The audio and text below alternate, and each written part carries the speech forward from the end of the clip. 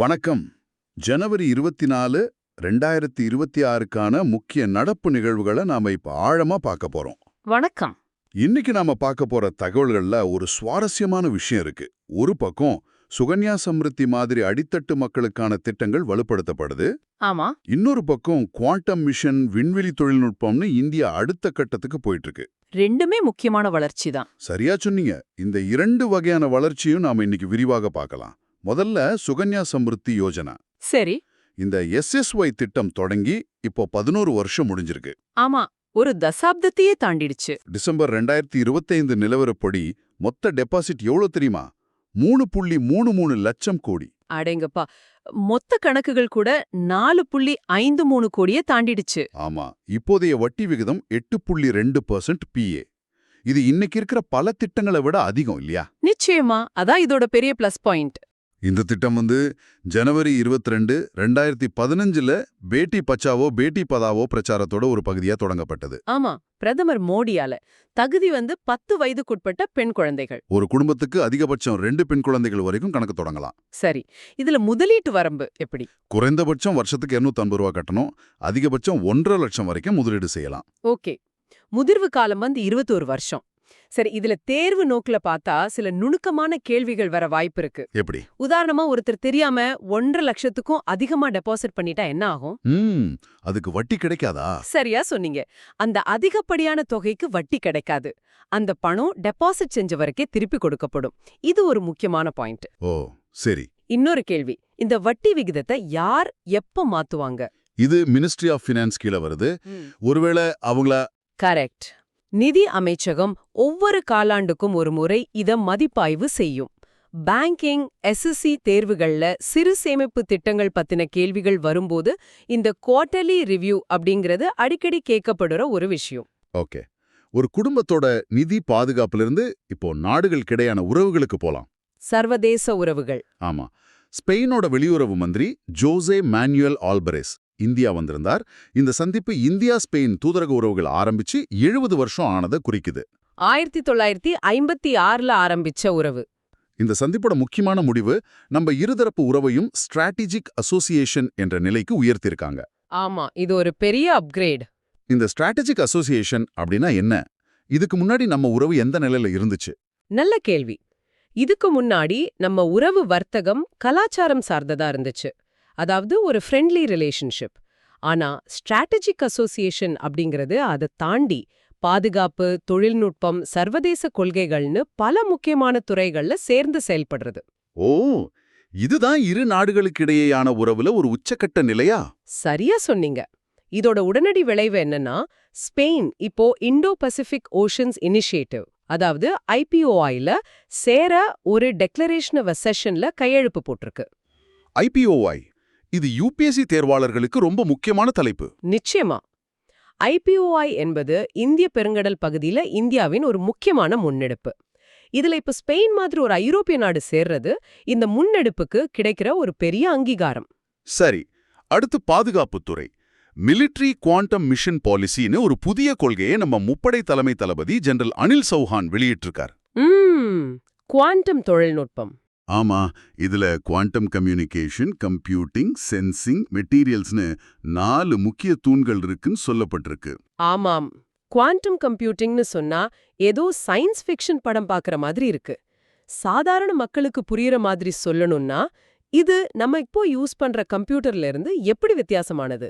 நிச்சயமா. இதை எளிமையா சொல்லணும்னா, நம்ம கிளாசிக்கல் கம்ப்யூட்டர் ஒரு கணக்கா வரிசையா துண்டுப்படியா தான் போடும்.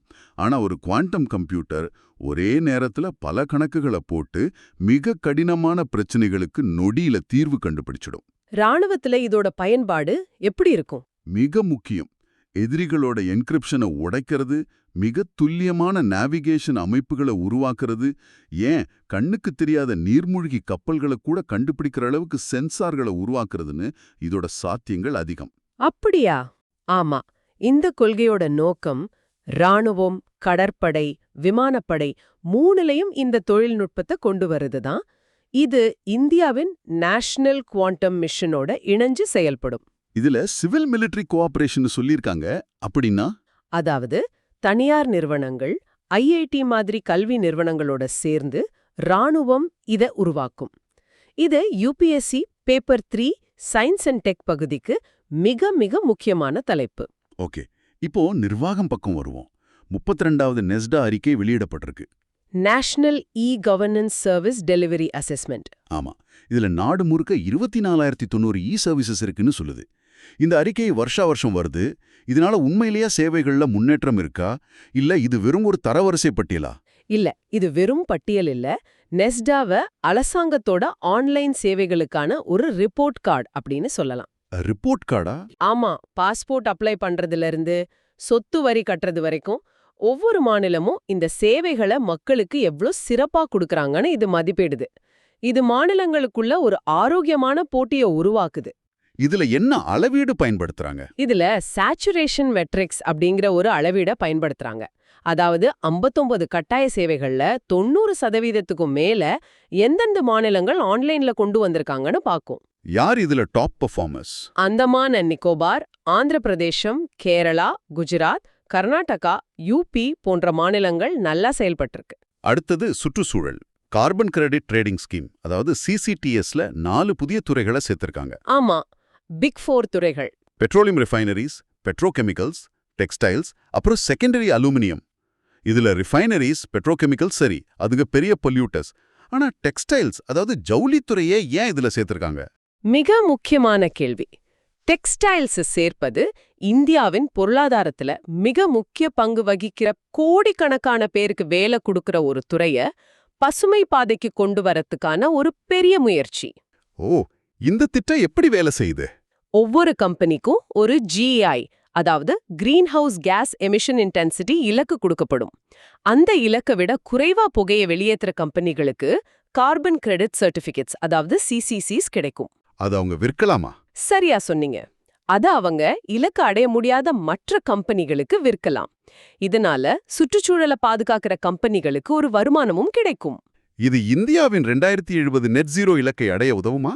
நிச்சயமா, இது அந்த இலக்க நோக்கிய ஒரு முக்கியமான படி. ஒரு நாட்டின் வளர்ச்சியை அதோட கார்பன் தடம் வச்சு அளவிடுறது ஒரு விதம். இன்னொரு விதம் அது விண்வெளியில பதிக்கிற தடம். அந்த வகையில குஜராத்தில் அமையப்போற இந்தியாவின் முதல் தனியார் செயற்கைக்கோள் ஆலை ஒரு முக்கியமான மைல்கல். ஆமா, அசிஸ்டா ஸ்பேஸ் லிமிடெட் இத சனந்துல அமைக்கிறாங்க. ஆனா அதே சமயம் இன்னொரு பக்கம் லக்னோ நகரம் 100% கழிவு செயலாக்கத்தை அடைஞ்சிருக்கு. இது ரெண்டு வெவ்வேறு உலகங்கள் மாதிரி தெரியுது. ஆனா ரெண்டுமே இந்தியாவின் வளர்ச்சிக்கு மிக அவசியம். குஜராத்ல அமைய போற இந்த 500 கோடி ரூபாய் செயற்கைக்கோள் ஆலை விண்வெளித்துறையில தனியார் பங்களிப்பு எவ்வளவு வேகமா வளருதுன்னு காட்டுது. அதே நேரம் லக்னோ ஜீரோ ஃப்ரெஷ் வேஸ்ட் நகரமா மாறி இருக்கிறது நம்மளோட அடிப்படை நகர கட்டமைப்புகள் எவ்வளவு வலுப்பெறுதுன்னு காட்டுது. ஒன்னு வானத்தை ஏற்ற முயற்சி, இன்னொன்னு நம்ம பூமிய சுத்தமா வச்சுக்கிற முயற்சி. ரெண்டுமே சம அளவு முக்கியம். சரியா சொன்னீங்க. இப்போ டெலிகாம் துறை, வைஃபை பயன்படுத்துற எல்லாருக்கும் இது ஒரு நல்ல செய்தி. ஆமா, 6 GHz ஸ்பெக்ட்ரம் பத்தின அறிவிப்பு. டிபார்ட்மெண்ட் ஆஃப் டெலிகம்யூனிகேஷன்ஸ் 6 GHz ஸ்பெக்ட்ரம்ல ஒரு பகுதியை டீலைசன்ஸ் பண்ணிருக்கு. அதை பயன்படுத்த இனிமேல் லைசன்ஸ் தேவையில்ல. லோவர் 6 GHz பேண்ட், அதாவது 5925 இருந்து 6425 MHz வரை. இதனால Wi-Fi 6E, Wi-Fi 7 மாதிரி வேகமான தொழில்நுட்பங்கள் வரும். ஆனா இதுல சில கட்டுப்பாடுகள் இருக்கு. 30 dBm, 14 dBmனு பவர் லிமிட் வச்சிருக்காங்க. அது எவ்வளவு பவர்? நம்ம வீட்டு வைஃபை ரவுட்டரை விட அதிகமா, கம்மியா? நல்ல கேள்வி. 30 dBm என்பது லோ பவர் இன்டோர் பயன்பாட்டுக்கு, அதாவது உங்க வீட்டுக்குள்ள ஒரு நல்ல சக்தி வாய்ந்த வைஃபை சிக்னல் கொடுக்க போதும். ஓகே. ஆனா 14 dBm என்பது வெரி லோ பவர் அவுட்டோர் பயன்பாட்டுக்கு. இது ரொம்பவே குறைவு. ஒரு சின்ன பார்க் பெஞ்ச்ல உட்கார்ந்து பயன்படுத்துற மாதிரி தான். பெரிய அளவுக்கு கவரேஜ் கொடுக்காது. ஏன் இந்த கட்டுப்பாடு? ஏன்னா இது மற்ற முக்கியமான சேவைகளோட குறுக்கிடக்கூடாது. அதனாலதான் வாகனங்கள், ட்ரோன்ஸ், விமானங்கள்ல இதை பயன்படுத்த தடை விதிச்சிருக்காங்க. புரிஞ்சுது. அடுத்து வங்கி மற்றும் நிதித்துறை. ரேசர் பே POSக்கு இப்போ பேமெண்ட் அக்ரிகேட்டர் பிசிக்கல் லைசன்ஸ் கிடைச்சிருக்கு. PAP licence. ஆமா, இதனால அவங்க ஆன்லைன், ஆஃப்லைன், வெளிநாட்டு பண பரிவர்த்தனைன்னு 3 லைசன்ஸையும் வச்சிருக்கிற முதல் நிறுவனமாக இருக்காங்க. ஒரு ட்ரிஃபெக்டா சாதனை. இன்னொரு பக்கம் RXIL, அதாவது receivables exchange of India, dividend அறிவிச்ச முதல் TRDS பிளாட்ஃபார்ம் ஆகிருக்கு. இந்த TRDS பிளாட்ஃபார்ம் டிவிடெண்ட் கொடுக்கறது ஒரு MSME ஓனருக்கு எப்படி ஒரு நல்ல செய்தியா இருக்க முடியும்? டிஆர்டிஎஸ் பிளாட்ஃபார்ம்கள் எம்எஸ்எம்இகளுக்கு ரொம்ப முக்கியம். ஒரு சின்ன கம்பெனி ஒரு பெரிய கம்பெனிக்கு பொருள் சப்ளை பண்ணிருக்கு, ஆனா பணம் கைக்கு வர 90 நாள் ஆகும்னு வச்சுக்கோங்க. அது வரைக்கும் அவங்க என்ன செய்வாங்க? அதுதான் பிரச்சனை. அப்போ அந்த பில்ல டிஆர்டிஎஸ் பிளாட்ஃபார்ம்ல ஏத்தி வங்கிகள் கிட்ட இருந்து உடனடியா பணம் வாங்கிக்கலாம். இதுக்கு பேரு தான் இன்வாய்ஸ் டிஸ்கவுண்டிங். ஓ, ஆர்எக்ஸ்ஐஎல் மாதிரி ஒரு பிளாட்ஃபார்ம் லாபம் ஈட்டி டிவிடெண்ட் கொடுக்கற அளவுக்கு வளர்ந்திருக்குன்னா நிறைய எம்எஸ்எம்இகள் இத பயன்படுத்தி பயனடைஞ்சிருக்காங்கன்னு அர்த்தம். அது ஒட்டுமொத்த எம்எஸ்எம்இ துறைக்கே ஒரு நல்ல அறிகுறி. அடுத்து விண்வெளி மற்றும் பாதுகாப்பு உற்பத்தி. இதுலயும் பொதுத்துறை தனியார் துறை ரெண்டிலிருந்து ஒவ்வொரு செய்தி. சொல்லுங்க. பொதுத்துறை நிறுவனமான HAL அசாம்ல மிசாமாரி என்ற இடத்துல ஒரு MRO ஹப், அதாவது ஹெலிகாப்டர்களை பழுது பார்க்கும் மையத்தை அமைக்குது. சரி. தனியார் துறையில பிக்சல் தலைமையிலான ஒரு கூட்டமைப்பு இந்தியாவின் முதல் தனியார் புவி கண்காணிப்பு செயற்கைக்கோள் தொகுப்பை உருவாக்க ஒப்பந்தம் போட்டிருக்கு. ரெண்டுமே நல்ல வளர்ச்சி. இந்த HAL MRO ஹப் பத்தி ஒரு கேள்வி. நம்ம கிட்ட பெங்களூர் மாதிரி இடங்கள்ல ஏற்கனவே பெரிய ஏரோஸ்பேஸ் கட்டமைப்புகள் இருக்கும்போது ஏன் மிசாமாரி மாதிரி ஒரு ரிமோட் லொகேஷன்? சிறப்பான கேள்வி. இதுக்கு 2 முக்கிய காரணம். ஒன்னு, ஸ்ட்ராட்டஜிக் லொகேஷன். சீனா எல்லைக்கு மிக அருகில் இருப்பதால் அங்கிருக்கும் ஹெலிகாப்டர்களை பழுது பார்க்க பெங்களூர் வரை கொண்டு வர நேரத்தையும் செலவையும் இது மிச்சப்படுத்தும். ஓ, அப்போ ஸ்ட்ராட்டஜிக் பார்டர் ரெடினஸ்க்கு இது ரொம்ப முக்கியம். கரெக்ட். இரண்டாவது, வடகிழக்கு மாநிலங்களின் வளர்ச்சி. இப்படி ஒரு பெரிய திட்டத்தை அங்க கொண்டு போறது அந்த பகுதியோட பொருளாதார வளர்ச்சிக்கும் உதவும். பிக்சல் திட்டம் பத்தி சொல்லுங்க. பிக்சலோட திட்டம் இன்னொரு விஷயத்தை காட்டுது. இது ஒரு ஜீரோ காஸ்ட் பிட். ஜீரோ காஸ்ட் பிட்னா? அதாவது அரசாங்கத்தோட நிதி உதவி இல்லாம முழுக்க முழுக்க சுயநிதியில செயல்படுற திட்டம். இது இந்திய தனியார் விண்வெளித்துறை எவ்வளவு முதிர்ச்சி அடைஞ்சிருக்குங்கிறதுக்கு ஒரு பெரிய சாட்சி. ஆச்சரியமா இருக்கு. இப்ப பல்லுயிர் பெருக்கம் சம்பந்தமா ஒரு செய்தி. மகாராஷ்டிராவுல கீகோனியோஃபிஸ் வால்மீகி அப்படிங்கிற ஒரு புதிய உயிரினம் கண்டுபிடிக்கப்பட்டிருக்கு. ஆமா, ZSI பூனேலிருந்து KP தினேஷ் கண்டுபிடிச்சிருக்கார். இது நிலத்துக்கு அடியில வாழ்ற கண் தெரியாத ஒரு உயிரினம்னு சொல்றாங்க. 10 வருஷத்துக்கு அப்புறம் இந்த இனத்துல ஒரு புதிய உயிரினம் கண்டுபிடிக்கப்பட்டிருக்கு. ஆமா, இது ஒரு சப்டரேனியன் ஆம்பிபியன். பாக்குறதுக்கு மண்புழு மாதிரி இருந்தாலும் இது ஒரு நீர்நில வாழ்வி. இதோட நீளம் 160 மில்லி. இது ஃபசோரியல் அடாப்டேஷன், அதாவது மண்ணுக்குள்ளேயே வாழ்றதுக்கான தகவமைப்பை கொண்டிருக்கு. அப்படியா?